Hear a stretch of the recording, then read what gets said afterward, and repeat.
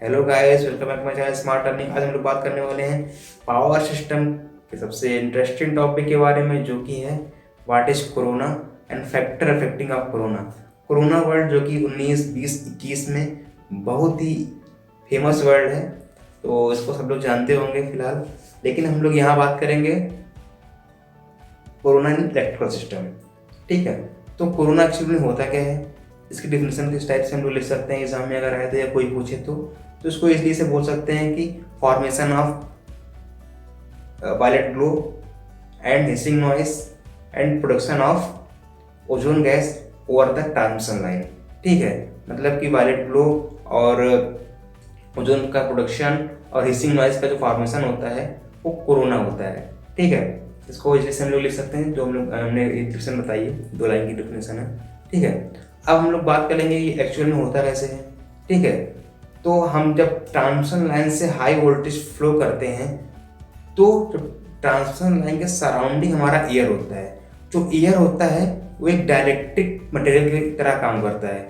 ठीक है, मान लीजिए ट्रांसमिशन लाइन है तो उसके सराउंडिंग एयर है, तो एयर भी इसके जो सराउंडिंग है वो भी डायरेक्ट्रिक मीडियम की तरह एक वर्क करता है। जब हमारा वोल्टेज एक मानक वोल्टेज से ज़्यादा बढ़ जाता है, मतलब कि एयर में जो वोल्टेज होता है वो मानक वोल्टेज से ज़्यादा बढ़ जाता है, तो उस समय जो हमारी एयर होती है वो अगर हो जाती है, मतलब ब्रेक डाउन हो जाता है एयर में, वो उसको हम बोलते हैं एयर का ऑर्गेनाइजेशन।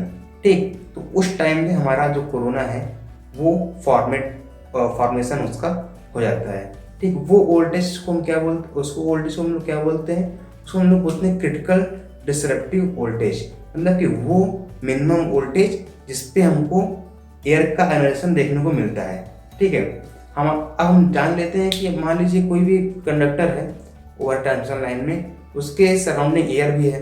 ठीक, उसमें जब वोल्टेज फ्लो करेंगे तो किस वोल्टेज पे वहाँ पे हमको ऑर्गेनाइजेशन देखने को मिलेगा, मतलब एयर का ब्रेकडाउन देखने को मिलेगा।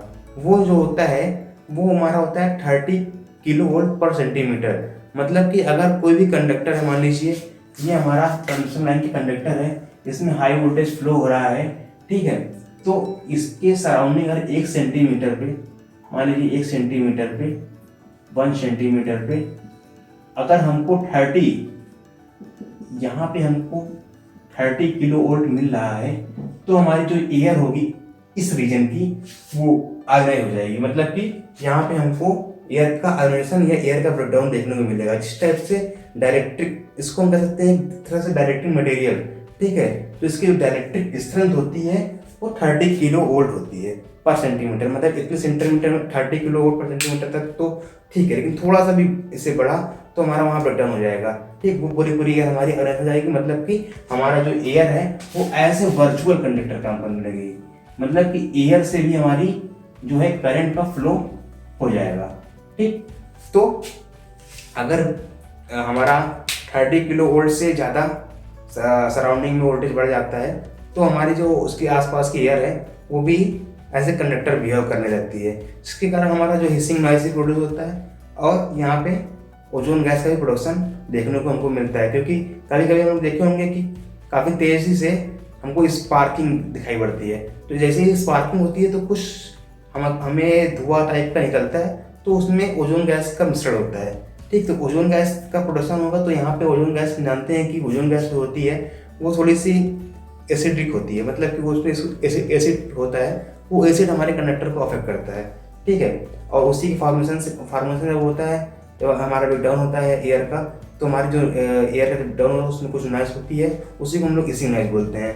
और जब ब्रेकडाउन जिस टाइम होता है उस टाइम जो आवाज़ होती है वही हिसिंग नॉइज है, और जब उस टाइम जो एयर का जो ब्रेकडाउन जब हो जाता है तो हमको वहाँ पे एक लाइट जो ग्लो होती है वो बैगनी लगती है, मतलब वायलेट कलर की लाइट होती है, उसे हम लोग बोलते हैं वायलेट ग्लो।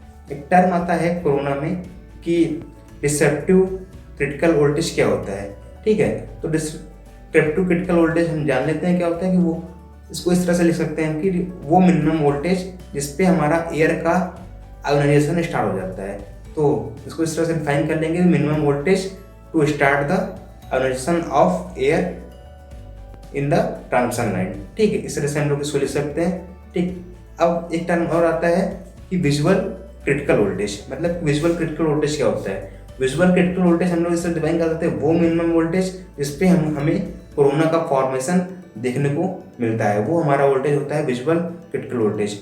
अब विजुअल क्रिटिकल वोल्टेज जो है वो एटमॉस्फेरिक कंडीशन के अकॉर्डिंग चेंज भी होता रहता है। जब रेनी सीजन है, मान लीजिए हमारा बारिश वगैरह का सीजन है, तो उस टाइम क्या होता है कि हमारा जो एयर में कंडक्टिविटी ज़्यादा होती है, क्योंकि उसमें जो कुछ मॉलिक्यूल्स होते हैं, वाटर के मॉलिक्यूल्स एयर में रहते हैं, तो उसकी कंडक्टिविटी जो होती है वो बढ़ जाती है, जिसके कारण हमारा जो विजुअल क्रिटिकल वोल्टेज होता है वो कम हो जाता है, जिससे हमें जल्दी से जल्दी हमको कोरोना देखने को मिल जाता है। ठीक है, जनरली हम लोग कहीं देखे होंगे तो बारिश सीजन में ज़्यादा हम लोग को ट्रांसमिशन लाइन में आवाज़ सुनने को मिलती है और लाइट का फॉर्मेशन भी देखने को मिलता है। ठीक, वो टाइम हमारा रेनी सीजन होता है, तो उस टाइम हमारा जो कनेक्टिविटी होती है एयर में वो कम होती है। इसको ये टेक्निकल टर्म हम लोग समझ लें कि उसकी कनेक्टिविटी एयर की कम हो जाती है, इसलिए कोरोना लॉस हमारा जो है वो रेनी सीजन में ज़्यादा देखने को मिलता है। अब हम लोग बात करेंगे फैक्टर अफेक्टिंग कोरोना, मतलब तो अब हम लोग बात कर लेते हैं फैक्टर अफेक्टिंग कोरोना, मतलब कौन कौन से फैक्टर हैं जो कोरोना को हमारे अफेक्ट करते हैं। ठीक, पहले हम लोग देखते हैं कौन सा फैक्टर है, एटमॉस्फेरिक कंडीशन। हमने बताया कि पहले बता दिया कि हमारे रेनी सीजन में जब बारिश का सीजन होता है तो हमको कोरोना जो है ज़्यादा देखने को मिलता है। तो इससे ये क्यों होता है, इसलिए कि हमारा जो कंडक्टिविटी होती है बारिश के मौसम में एयर कंडक्टिविटी बढ़ जाती है, उसमें कुछ मॉलिक्यूल्स हमारे वाटर के इंक्लूड रहते हैं, जिसके कारण कंडक्टिविटी बढ़ गई, तो उसके कारण हमारा जो विजुअल क्रिटिकल वोल्टेज होता है वो कम हो जाता है। इस कारण हमको बारिश के सीजन में हमें ज़्यादा से ज़्यादा कोरोना देखने को मिलता है। ठीक है, और दूसरा क्या है, लाइन वोल्टेज। लाइन वोल्टेज को कंट्रोल करेंगे तो हमको कोरोना पूरी तरह से कंट्रोल हो जाएगा। हम जानते हैं जब कोरोना का फॉर्मेशन होगा, जब 30 kV/cm से ज़्यादा हमको हमारा वोल्टेज होगा उसका सराउंडिंग, तभी हमारा कोरोना स्टार्ट होगा। तो अगर लाइन वोल्टेज को कम करेंगे तो 30 kV/cm आएगा ही नहीं, तो इस समय क्या होगा, हमारा कोरोना अफेक्ट नहीं करेगा। ठीक, अगर हम ऑपरेटिंग वोल्टेज को कम से कम रखते हैं, मतलब कि कम से कम वोल्टेज को अगर ट्रांसमिट कराएंगे ट्रांसमिशन लाइन में, तो हमारा कोरोना कम से कम होगा, लेकिन ये पॉसिबल नहीं होता है। अगर कम से कम वोल्टेज को उसमें ट्रांसमिट कराएंगे, तो हमने एक वीडियो बनाई इसके पहले कि हमारा जो लॉस होता है पावर सिस्टम में बढ़ जाएगा। इसलिए थोड़ा सा यहाँ एक ऑप्शन देखी जाती है कि भाई कितना वोल्टेज रखा है तो कम से कम कोरोना आए और हमारा लॉस भी कम से कम हो। तो ऑपरेटिंग वोल्टेज अगर हम पे कंट्रोल करेंगे तो कोरोना पे कंट्रोल हो जाएगा। तीसरा हमारा क्या है, नेचर ऑफ कंडक्टर सरफेस। जो ये तीसरा है बताता है कि नेचर कैसा है कंडक्टर सरफेस का। जो हमारा कोरोना होता है वो सॉलिड कंडक्टर पे कम से कम होता है, और जो स्टैंडर्ड कंडक्टर होता है वो ज़्यादा होता है। लेकिन हम लोग क्या करते हैं, ट्रांसमिशन लाइन में हम लोग ACSR कंडक्टर यूज करते हैं। ठीक है, वो हमारा स्टैंडर्ड कंडक्टर होता है। ठीक, तो इसलिए हमको यूज करते हैं वहाँ पे, क्योंकि वहाँ पे हमको इस तरह थोड़ा सा अच्छी मिल जाती है, फ्लेक्सिबिलिटी मिल जाती है। ठीक है, तो वहाँ पे हमको कोरोना को थोड़ा सा अवॉइड करना पड़ता है। ठीक, ये जो नेचर ऑफ कंडक्टर सरफेस है, अगर इसको हम सॉलिड रखें तो हमारा कोरोना जो है वो कम से कम आएगा। ठीक, अगला क्या है, इफेक्ट ऑफ फ्रिक्वेंसी। मतलब अगर फ्रिक्वेंसी बढ़ेगी, जो फ्रिक्वेंसी जो होती है हमारी, वो डायरेक्टली प्रोपोर्शनल टू कोरोना होती है। ठीक, अगर हम फ्रिक्वेंसी को बढ़ाते हैं तो हमारा कोरोना भी बढ़ेगा। ठीक, तो ये रहे 4 फैक्टर जो हमारे